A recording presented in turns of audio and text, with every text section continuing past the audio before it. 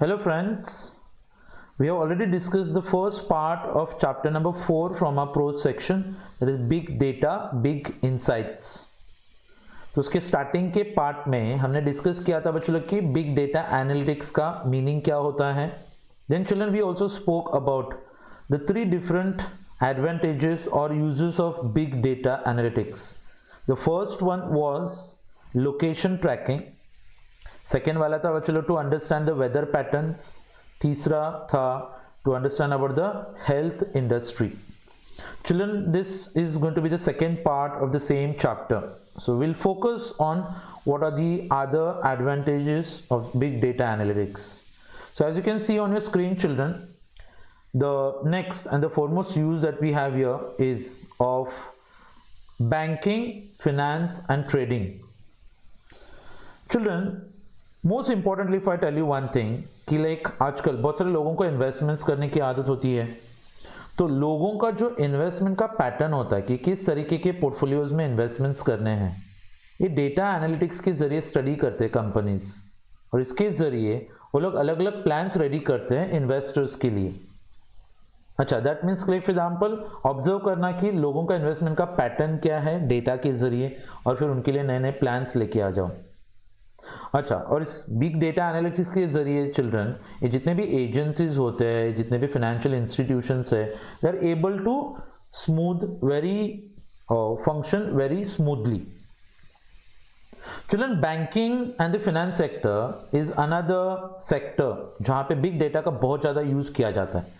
ज्यादातर आजकल आपने नोटिस किया रहेगा चलो, we come across so many cyber crimes.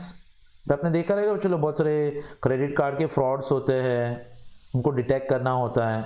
या फिर ऑडिट ट्रेल्स जो होते हैं, ऑडिट ट्रेल से नहीं, ऑडिट में जो चेंजेस किए जाते हैं अकाउंट्स में, ये सबको डिटेक्ट करने के लिए, सबको प्रेडिक्ट करने के लिए बच्चों लोग, ये हम लोग बिग डेटा एनालिटिक्स को यूज कर सकते हैं. अच्छा, नॉट ओनली दैट चिल्ड्रन, कि हमारा जो पास का डेटा होता है, जितना भी बैंक्स के पास, फाइनेंशियल इंस्टीट्यूशंस के पास जो डेटा होता है, उसके जरिए बच्चों लोग वो लोग क्या कर सकते हैं, पास्ट में जो ब्रूट फोर्स अटैक्स हुए, यानी साइबर अटैक बोलते हैं उसको हम लोग.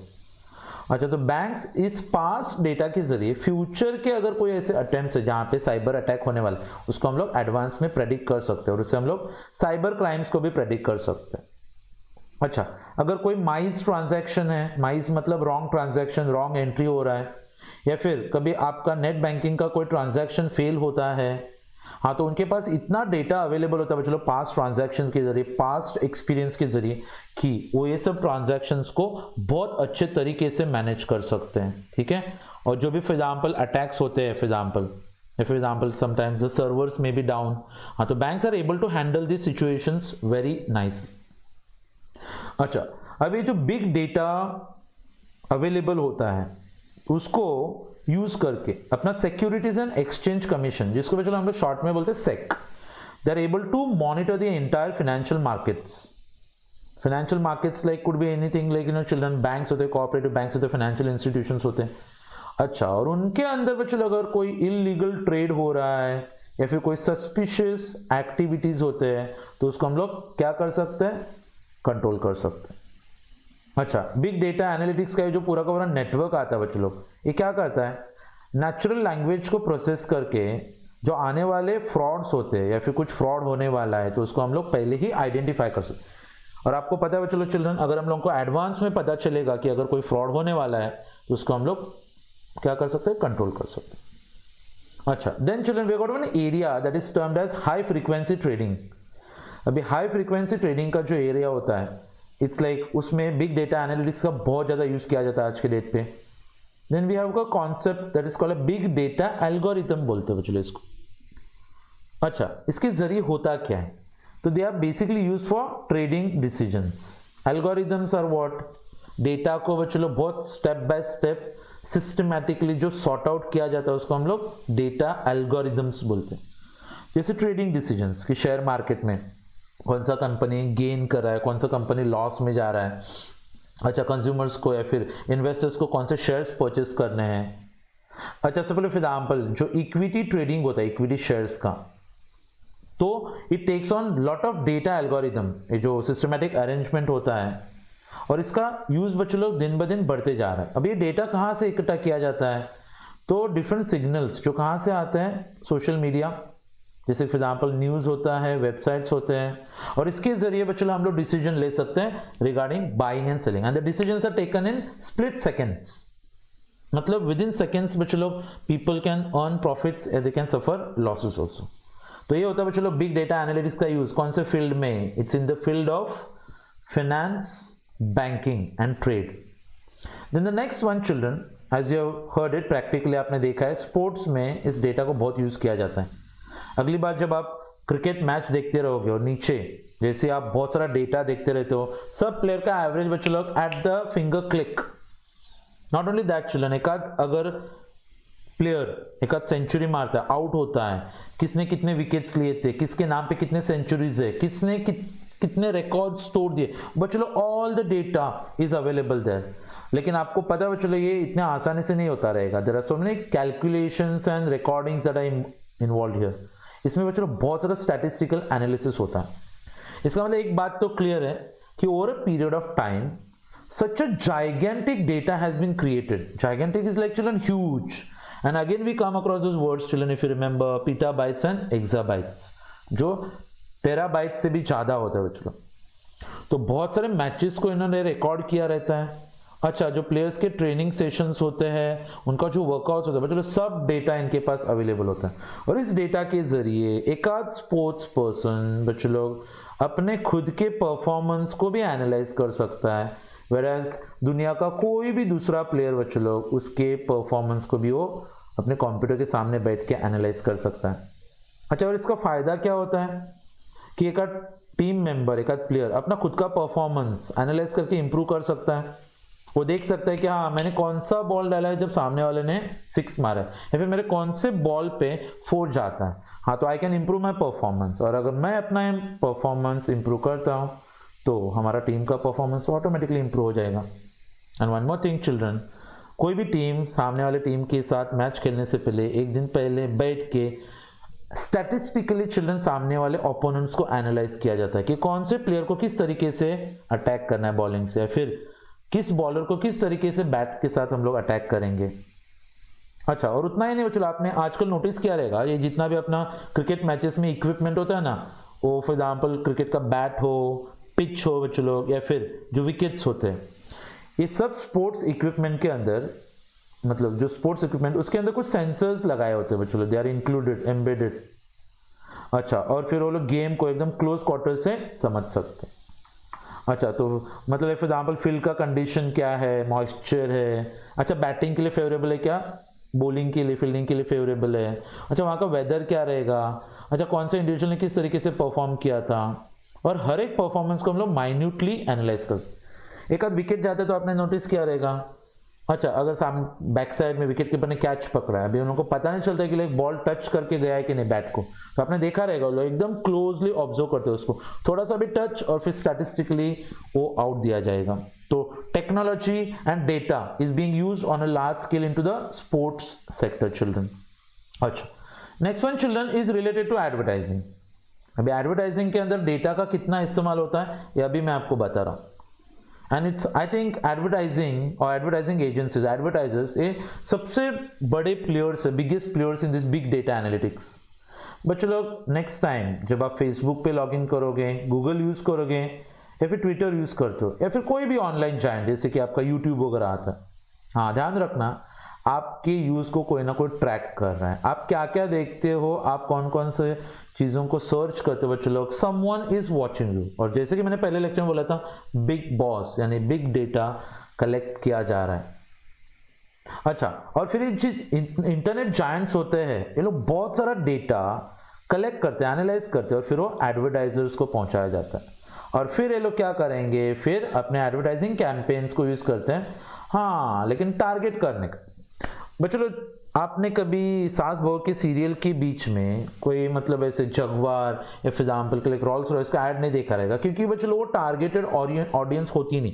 सास बहू का सीरियल देखने वाले लोग ना रॉल्स रॉयस नहीं खरीदते, तो मतलब कहीं और दिखाना पड़े, तो सास बहू का सीरियल देखने वाले लोगों को आप ठीक है अलग advertisement, that is called targeting. अच्छा, जैसे कि अगर हम लोग फेसबुक की बात करते हैं बच्चों लोग, तो क्या कर सकते हैं हम लोग, आप लोगों को स्टडी कर सकते हो। कि लोगों को कौन सी चीज़ें पसंद आती है, अच्छा कौन से वेबसाइट्स को विजिट करते हैं लोग, इनका इंटरेस्ट क्या होता है, क्योंकि फेसबुक आपको पहले पूछ लेता है कि इंटरेस्ट क्या है, आपका जॉब क्या है। जैसे कि मैं प्रोफेसर हूँ बच्चों, तो हो सकता है कि लाइक बहुत सारे एजुकेशन इंस्टीट्यूशन से, फॉर एग्जाम्पल के लाइक जो एजुकेशनल इक्विपमेंट मैन्युफैक्चर करते चिल्ड्रन, वो लोग मेरे को कॉन्टैक्ट करना चालू कर देंगे। अच्छा, या फिर they also study your demography children, आपका एज ग्रुप देखा जाता है, and what not children, they analyse each and every concept of this consumers.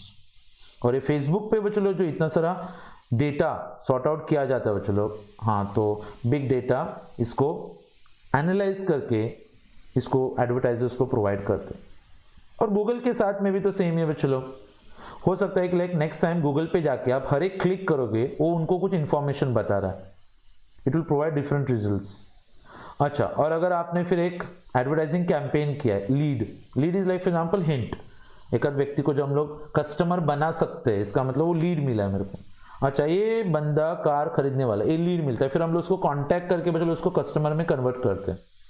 और ऑलमोस्ट लाइक एडवर्टाइजिंग एजेंसीज में कैन वी से children, all those impossible things have become possible now by using big data. तो आपके बारे में बच्चों लोग, आपको जितना पता नहीं उससे ज्यादा तो गूगल को पता होता है, क्योंकि नेक्स्ट टाइम गूगल पे आप कुछ भी टाइप करने के लिए जाओ तो गूगल आपको ऑलरेडी बता देता है कि आपको क्या चाहिए करके। कभी कभी वो इतना इम्पेशेंट होता है कि आप टाइप करने से पहले वो आपको बताना चाहता है कि आपको क्या चाहिए। कभी कभी आपको गुस्सा आता है, उसको बोलना चाहते हैं कि अरे रुक जरा मैं बता तो मेरे को क्या चाहिए, but it is so impatient because there would be a time children when Google will know more things about you then you yourself know about you. अच्छा, सेवेंथ वाला पॉइंट है यहाँ पे बच्चे लोग about the entertainment and media. Children, as far as entertainment is concern, okay, तो यहाँ पे भी हम लोग बिग डेटा को बहुत ज़्यादा यूज़ करते हैं। अच्छा, काय के लिए? For targeting the people. बच्चों आप सबके सब ऑडियंस को सेम टाइप का एंटरटेनमेंट नहीं दे सकते हो, हाँ, we need to provide the right content at the right time. सही वक्त पे सही तरीके का प्रोग्राम्स दिखाना बहुत ज़रूरी होता है। जैसे सास बहू वाले सीरियल्स में चलो देखा आपने, शाम को 6 बजे के बाद चालू हो जाते हैं। अच्छा, mostly for example there could be some programs जो फॉर एग्जाम्पल लेट नाइट में दिखाए जाते हैं ना।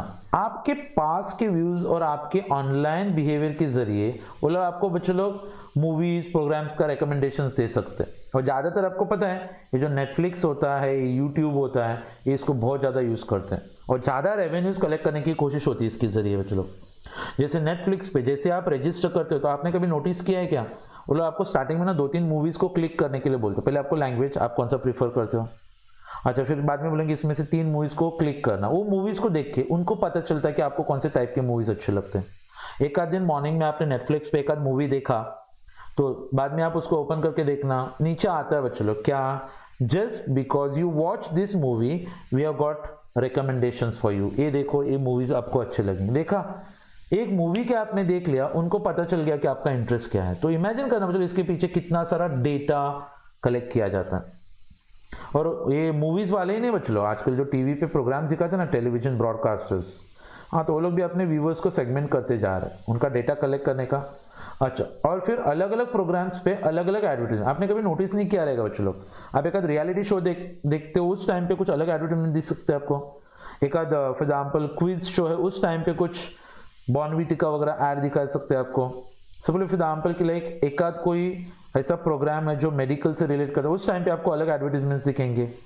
अच्छा, आपने तारक मेहता का उल्टा चश्मा देख रहे हो, उस टाइम पे आपको कुछ अलग ऐड। दैट मीन्स चिल्ड्रन, हम लोग को पता है कि कौन से टाइप के व्यूवर्स तारक मेहता देखते हैं, तो और उन लोगों को कौन सी चीजें पसंद हो सकती है। आपने कभी सोचा भी है बच्चों, ये सब एनालाइज किया जाता है, ठीक है। सो एंड देन ज्यादातर हम लोग ऐसे एंगेजिंग यूजर एक्सपीरियंस को यहाँ पे लाइक इम्प्लीमेंट कर सकते हैं। Then children, the next one, it's the most important concept children that we have about the education industry.